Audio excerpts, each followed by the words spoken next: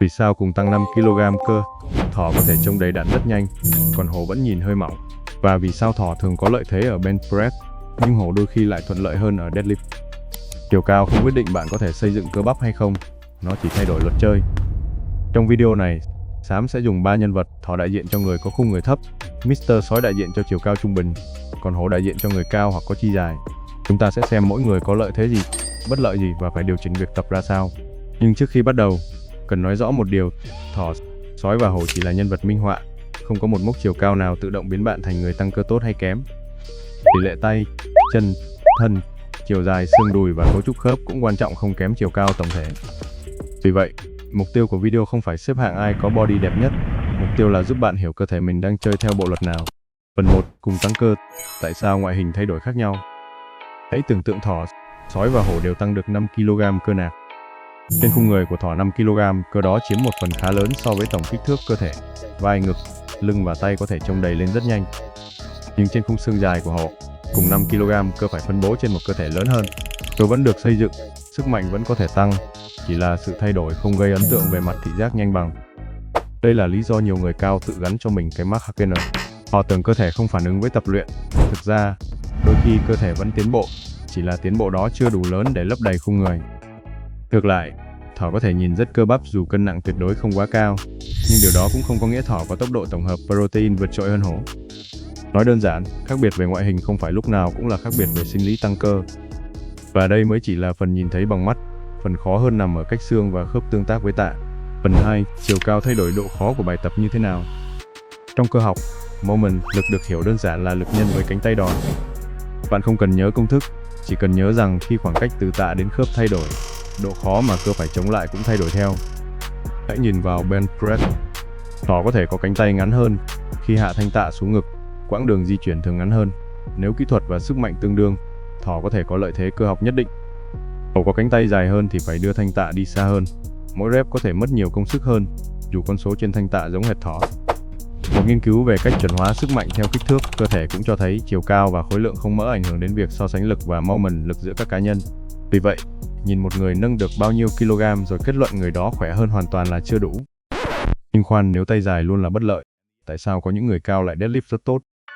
Vì deadlift là một câu chuyện khác. Khi tay dài, hổ có thể chạm vào thanh tạ mà không cần hạ hông quá thấp. Trong một số trường hợp, điều này giúp rút ngắn khoảng cách bất lợi giữa hông và thanh tạ. Còn thỏ có thể phải bắt đầu với tư thế hông thấp hơn hoặc di chuyển thanh tạ qua quãng đường tương đối dài hơn so với kích thước cơ thể của mình. Kết luận ở đây rất rõ, chiều cao không tốt hoặc xấu một cách tuyệt đối, nó chỉ tạo ra lợi thế khác nhau tùy bài tập. Phần 3. Vì sao squat của 3 nhân vật trông khác nhau? Bây giờ đến squat, bài tập thường khiến hổ bị hiểu lầm nhiều nhất.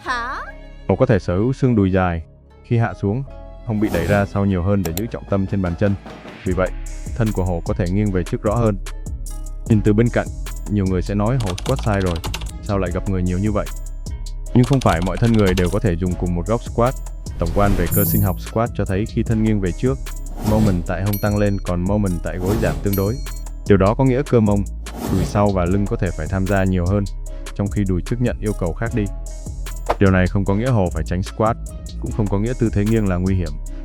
Nó chỉ có nghĩa hổ cần thử nghiệm stand, góc bàn chân, độ sâu, giày nâng gót hoặc những biến thể khác để tìm vị trí vừa ổn định vừa tạo kích thích tốt.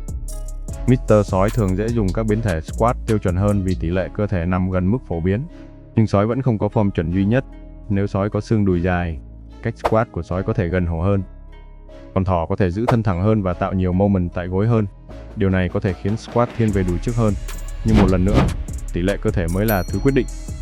Vậy nên đừng bắt chước góc thân của người khác chỉ vì nó trông đẹp trên video. Hãy xem bài tập đang tạo lực ở đâu, bạn có kiểm soát được nó không? Và nhóm cơ mục tiêu có thực sự làm việc không? Phần 4. Vậy chiều cao có ảnh hưởng đến tăng cơ không? Câu trả lời chính xác là có ảnh hưởng gián tiếp, nhưng không phải theo kiểu người cao không thể tăng cơ. Chiều cao có thể ảnh hưởng đến 4 thứ. Thứ nhất là quãng đường di chuyển, chi dài hơn thường khiến một số bài có ROM lớn hơn. Thứ hai là cánh tay đòn, cùng một mức tạ nhưng moment lực tại khớp có thể khác. Thứ ba là cảm nhận ngoại hình, người cao có thể cần tích lũy nhiều cơ hơn để trông đầy. Thứ tư là nhu cầu năng lượng, một cơ thể lớn hơn thường cần nhiều năng lượng hơn để duy trì hoạt động và tập luyện. Nhưng đừng biến điều này thành câu chuyện rằng nếu không ăn thật nhiều, người cao sẽ lập tức mất cơ. Tăng cơ vẫn xoay quanh những nguyên tắc quen thuộc: tập đủ gần ngưỡng thất bại, có quá tải lũy tiến, đủ volume, ăn đủ protein, cung cấp đủ năng lượng và ngủ đủ. Phần 5. Thỏ, sói và hổ nên tập thế nào? Với thỏ, đừng chỉ tận dụng lợi thế đòn bẩy để chạy theo mức tạ. Hãy kiểm soát biên độ, cảm nhận nhóm cơ và theo dõi tỷ lệ cơ thể. Thỏ có thể trông đầy nhanh, nhưng vẫn cần phát triển cân đối. Với Mr. Sói, hãy cẩn thận với cảm giác mình có chiều cao trung bình nên bài nào cũng hợp. Tỷ lệ tay chân của sói vẫn có thể khác người khác. Hãy dùng hiệu suất, kỹ thuật và cảm nhận cơ để chọn bài. Với hổ, đừng mặc định mình là HN. Hãy chọn biến thể giúp bạn tạo lực ổn định ở nhóm cơ mục tiêu. Dumbbell, máy, cable hoặc các biến thể squat và deadlift đều có thể hữu ích nếu chúng giúp bạn tiến bộ mà không làm kỹ thuật vỡ vụn. Và cả ba nhân vật đều cần một nguyên tắc giống nhau, đừng đánh giá tiến bộ chỉ bằng số kg trên thanh tạ. Hãy theo dõi số rep, số hiệp, mức tạ, số đo cơ thể, hình ảnh và cảm giác hồi phục. Một bài tập tốt là bài giúp bạn tạo kích thích, lặp lại ổn định và tiến bộ theo thời gian. Nếu bạn đang tìm cách tối ưu tăng cơ, hãy chú ý cả vị trí cơ chịu lực khi đang duỗi dài. Một số tổng quan về ROM cho thấy tập ở chiều dài cơ lớn có thể hỗ trợ phì đại, nhưng hiệu quả còn phụ thuộc vào bài tập và nhóm cơ. Vì vậy, đừng cố kéo ROM thật dài bằng mọi giá. Kiểm soát vẫn quan trọng hơn việc khoe biên độ. Bạn không cần chiến đấu với chiều cao của mình, bạn cần hiểu nó đang thay đổi bài tập như thế nào, rồi xây giáo án quanh cơ thể đó.